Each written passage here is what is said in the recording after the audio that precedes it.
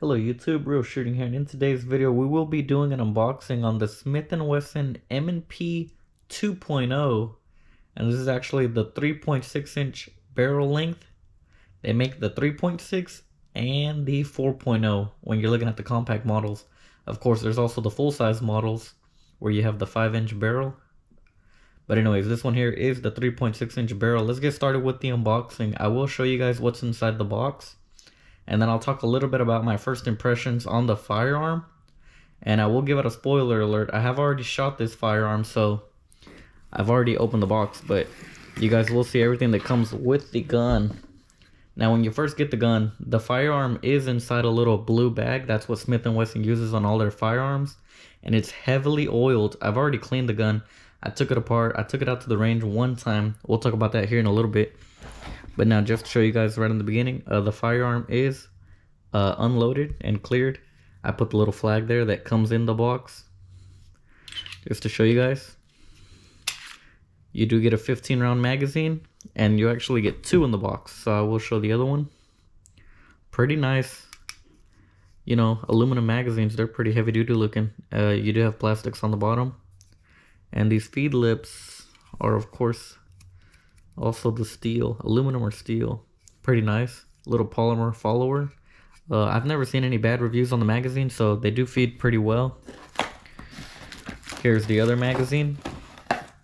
And now the cool thing about this is that they do provide 2 inserts for you to add on to the extended mag. Or should I say the 17-round mags. So if you buy those, you do have 2 little plastic inserts for them. They look like this. There we go. We got both of them together. So if you had the longer one, because it would stick out a little bit, these fit flush in the firearm. So that's what you get with these. But now if you buy the one that comes in the full size, you would put this little sleeve just to make it not stick out. Let me see. I think I can put this on here. Yeah, it might not even work. I never tried it. How would it look is what I'm wondering. I would think it has to line up with this somehow. Yeah, like that. Basically, it'll give you a little bit of an extension. And I thought about getting one. I don't know, maybe in the future I will. The magazines are about $40 from what I see online. So you're going to have a couple more rounds. And this little extension would basically make it look flush.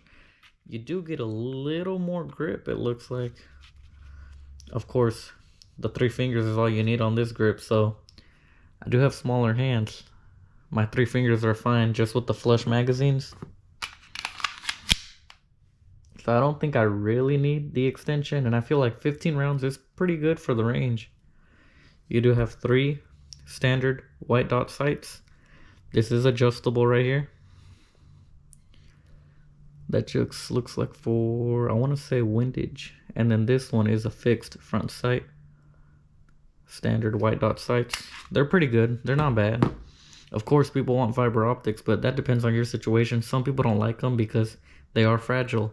These are metal sights. I mean, they're going to last you a lifetime. You never have to worry about those going bad. Other items you receive are the little hand grips. I do believe I switched them out. I think I have the medium ones in there. I can't remember off the top of my head. And now I forgot where it says it. Oh yeah, it's right here in a very small font. This is the medium large. Here I have the medium. I think I put the small one in there. Again, like I said, I got smaller hands. This is the large. Yeah, this is a bigger grip. And I'll show you guys how to switch that out real quick. I want to make sure I got all of them out of there. And you get the little gun lock, which of course comes with all firearms. If you don't have a safe, this is the best thing you're going to have. And that's everything. You do get some paperwork. I already took that out. And you do get the owner's manual. I probably should have brought that one out, but I already put it in storage where I put all my firearm manuals. I guess I'll show you guys real quickly how to change out the grips if you wanted to. It's very simple. So here on the Smith & Wesson M&P 2.0, I don't know if the first generation is the same, but here you got this little tab that you can switch. Just turn it 90 degrees and you can pull it straight out. Looks like a little punch pin, which can actually be used. It's a little flathead. Very thin, not real pointy. But anyways, you push this right here. And you do have a notch here that lines up on this left side.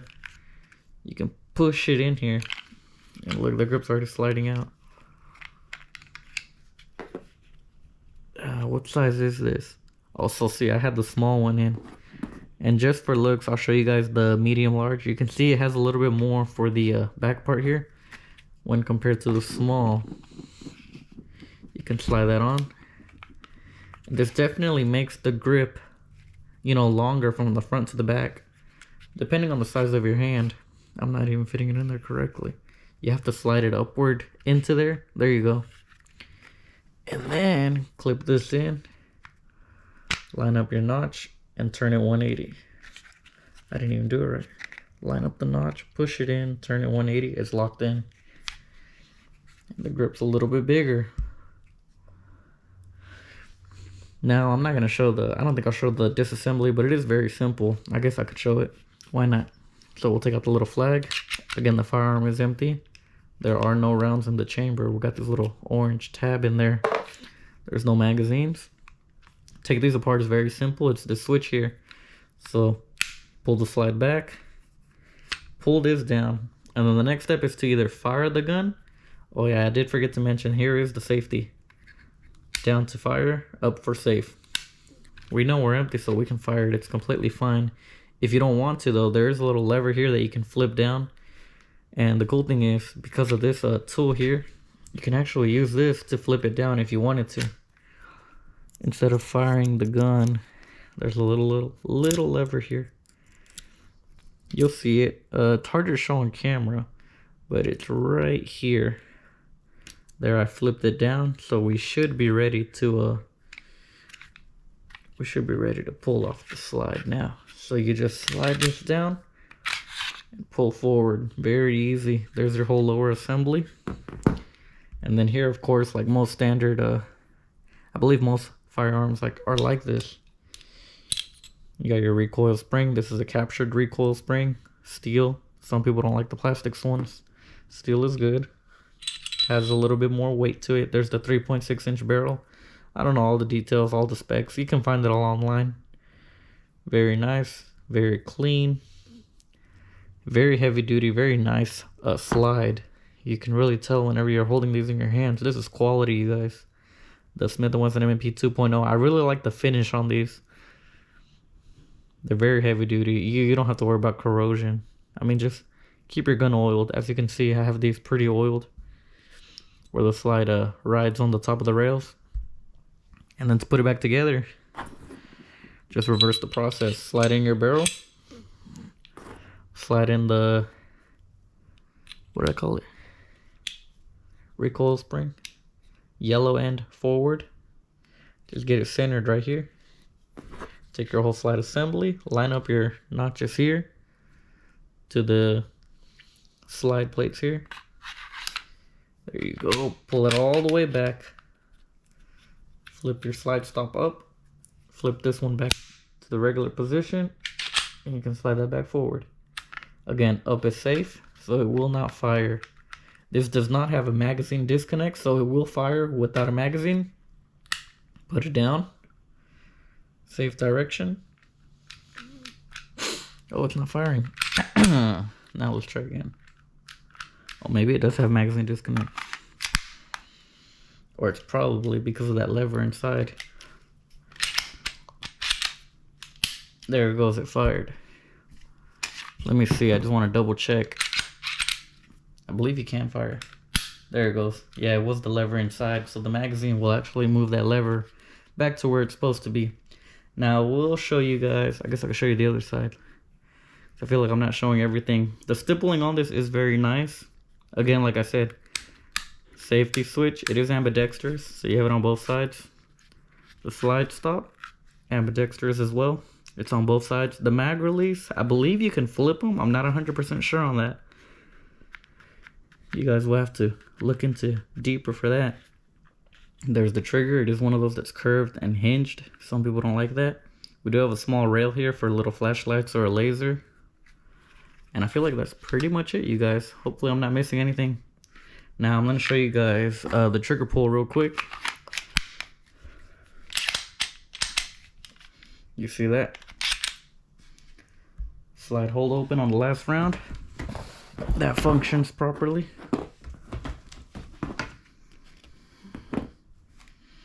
We have the Lyman trigger gauge, Lyman trigger pull gauge. Let me ready this. Alright, she's ready. We just have to click ready again and then pull the trigger. And I'm going to try my best just to pull straight back to get an accurate reading. I'll try it twice real quick.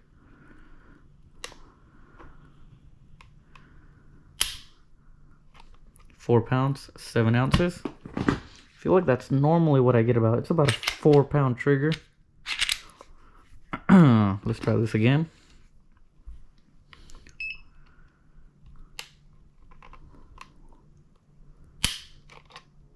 £4, 13 ounces. Pretty much a 4-pound, 10-ounce average. That's what we got. Pretty nice. And now just for comparison, I did want to bring out my M&P Shield. So this is actually my first M&P firearm, and I have the 1.0, so this is the first gen right here. So this is what you call the subcompact, while this here is a compact firearm. This is a single stack 9mm, double stack 9mm. This, depending on which magazine you have in it, will hold 7 or 8 rounds in the magazine. Again, over here you got 15 rounds. So it is going to be thicker. And just so you guys know, the shield is unloaded. No rounds in the chamber. We do have a safety on here. Again, up for safe, down for fire. And so like I was saying, I wanted to show the thickness difference. That is some considerations if you're going to conceal carry these firearms. It's definitely much thinner. We do have a shorter barrel length as well. And the overall, let me try to line these up real good. The overall grip length is also shorter on the shield, of course. I do have the magazine here. Let me get one of the magazines. Oh, I actually brought out the 8-round magazine. So the 8-round magazine on the shield has this little cover. The 7-round fits flush. But I feel like if you're going to carry the shield, you might as well carry it with the 8-rounder. Get that little bit more length for the pinky. Because this grip's definitely shorter. As you can see, I have small hands. I can mainly just fit 2 fingers on here. But when I put in the pinky finger, it does rest nicely on that 8-round magazine. Very nice firearm. Now the M&P 2.0 compact. And I put it with the flush magazine. Just to show you guys. It'll be better with this one on top because this is the smaller of the two. Again, the length difference. And then the height. I feel like the height is barely shorter, you guys. Overall, these firearms, it's about the same in height. So really, if you do want to consider carrying the M&P 2.0 compact, you're just going to have a thicker body. Of course, a thicker slide. And a little bit of a longer barrel too. But you get double the round capacity, basically. If you have one in the chamber with the 15-round magazine, or over here, you got the 8-round magazine. If you want one in the chamber, you can do that as well. Anyways, you guys, I hope you enjoyed today's video. If you did, please give it a thumbs up. We will be taking this out to the range, and I'll be showing you guys that. Again, I've already shot the M&P 2.0. I'll show the video eventually here pretty soon to the channel. First 100 rounds fired. If you guys enjoyed the video, please give it a thumbs up. Thanks for watching. Comment, rate, and subscribe.